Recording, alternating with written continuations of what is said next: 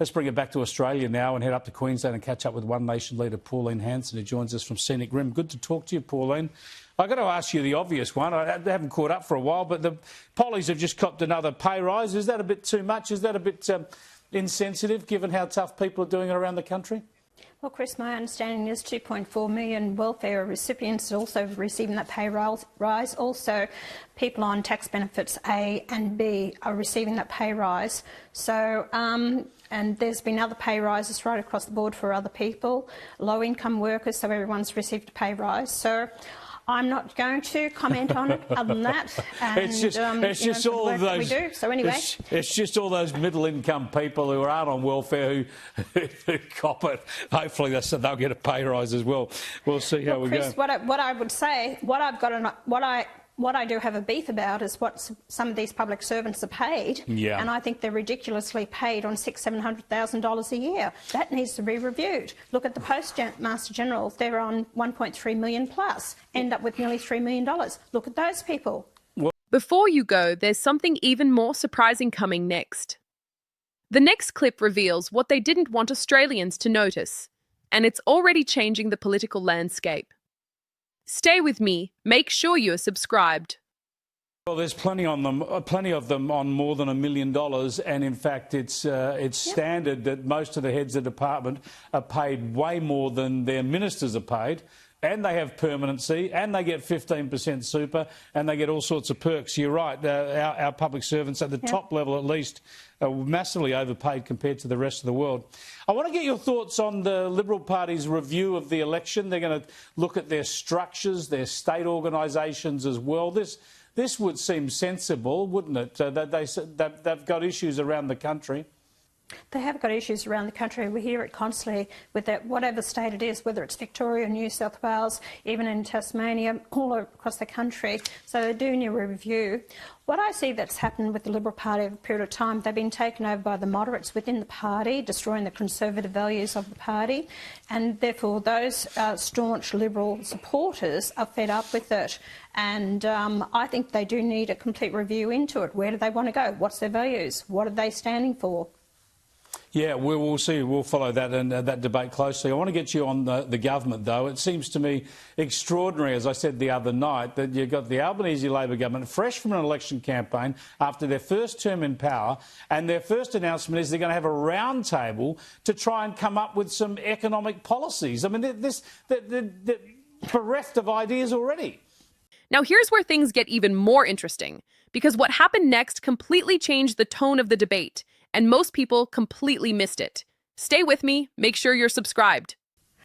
It's an absolute joke. Economic policies, the whole fact is they are destroying the economy with their climate change policies that they've introduced. And if they head down the path, they destroyed the live sheep export in Western Australia. If they bring in the Nature Positive Plan, which is going to have a big impact on a lot of businesses in the mining sector in Australia as well. And industrial relations, they destroyed the small business with their industrial relations policy. So this has created the productivity, which we're down on productivity. You don't have the Australian investment in Australia anymore. That's down as well. So he needs to look in his own backyard. And he wants to call in the unions for the roundtable discussion. Unions have increased the price of building construction in this country by 30%. So what a joke. An absolute joke. He needs to have a look in his own backyard. Absolutely, absolutely. You've hit on all the key points there, Pauline. Thanks for joining us. Pauline Hanson from One Nation. She is so right. I mean, the big problem is the labour market that's over-regulated because of Labor and the unions, so they ain't going to fix that. The other huge problem is massive costs in energy, and that's because of their policies as well. So they're the two big issues. We know what they should address. They won't touch them. Got to take a break now. Coming up, social cohesion in this country. Why have we lost it, and how do we build it back? Plus, we'll cross to Hobart with Tasmanians off to the polls again. Lucky Tassies, eh? What we've just heard is a highly charged political exchange that reflects some of the most pressing economic and political debates currently shaping Australia. Pauline Hanson's remarks focus heavily on economic frustration, government spending priorities, and the performance of the Albanese government as it enters its second term. At the centre of this discussion is a familiar tension in Australian politics: how to balance wage growth, public sector pay, and cost of living pressures. The opening question about pay rises quickly expands into a broader critique of government policy, particularly around public sector salaries and perceived inequality between senior bureaucrats and everyday workers. From a policy perspective, Hanson's argument is built around the idea that senior public servants are significantly overcompensated, with salaries reaching into the hundreds of thousands, sometimes even exceeding $1 million. This feeds into a broader narrative about fairness in the public sector and whether taxpayer-funded institutions are structured in a way that reflects economic reality. However, when analysing this claim, it is important to separate perception from context. Senior public sector salaries are generally set to attract experienced leadership in complex administrative roles. While the figures mentioned are high, they exist within a broader system of government accountability, pay grading, and performance expectations. This is often left out of more emotionally driven political commentary. The discussion then shifts to the Liberal Party's internal review, where Hanson highlights what she sees as a long-term ideological shift away from traditional conservative values. This reflects a wider debate within centre-right politics in Australia, where questions about identity, policy direction, and voter base have become increasingly prominent following recent electoral challenges. Political analysts have long noted that internal restructuring reviews like this are often triggered by electoral pressure and declining voter confidence. Whether such reviews lead to meaningful change, however, depends on how deeply parties are willing to reassess both leadership strategy and policy positioning. The most forceful part of the exchange comes with the critique of the Albanese government's economic direction. Hanson argues that the government is entering its second term without a clear economic roadmap, instead relying on consultations and policy discussions that she frames as lacking substance.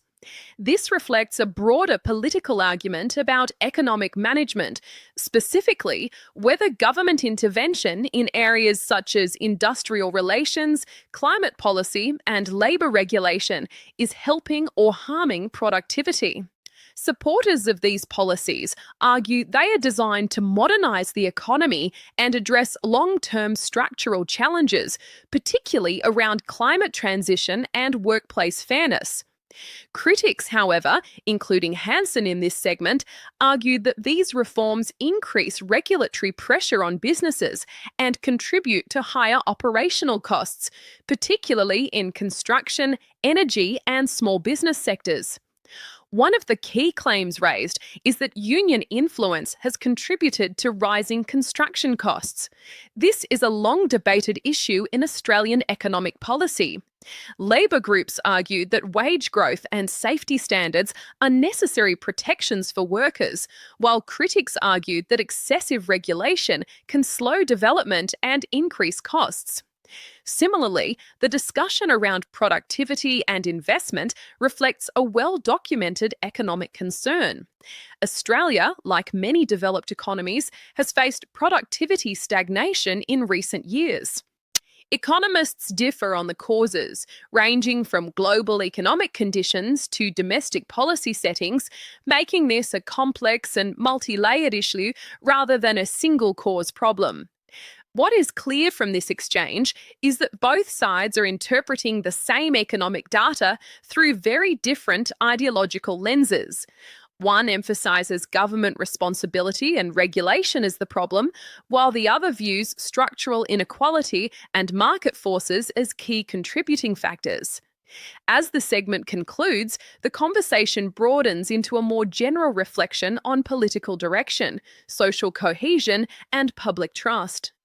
These are not just economic debates, they are questions about how Australians see their future and what role government should play in shaping it. Ultimately, what this exchange demonstrates is not just disagreement over policy, but a deeper divide in political philosophy. And as Australia moves further into a new parliamentary term, these tensions are likely to intensify rather than disappear. The real question now is not just who is right or wrong in this debate, but whether any political side can offer a solution that addresses both economic pressure and public trust at the same time. What do you think? Is this a necessary economic correction or a policy direction that risks making things worse?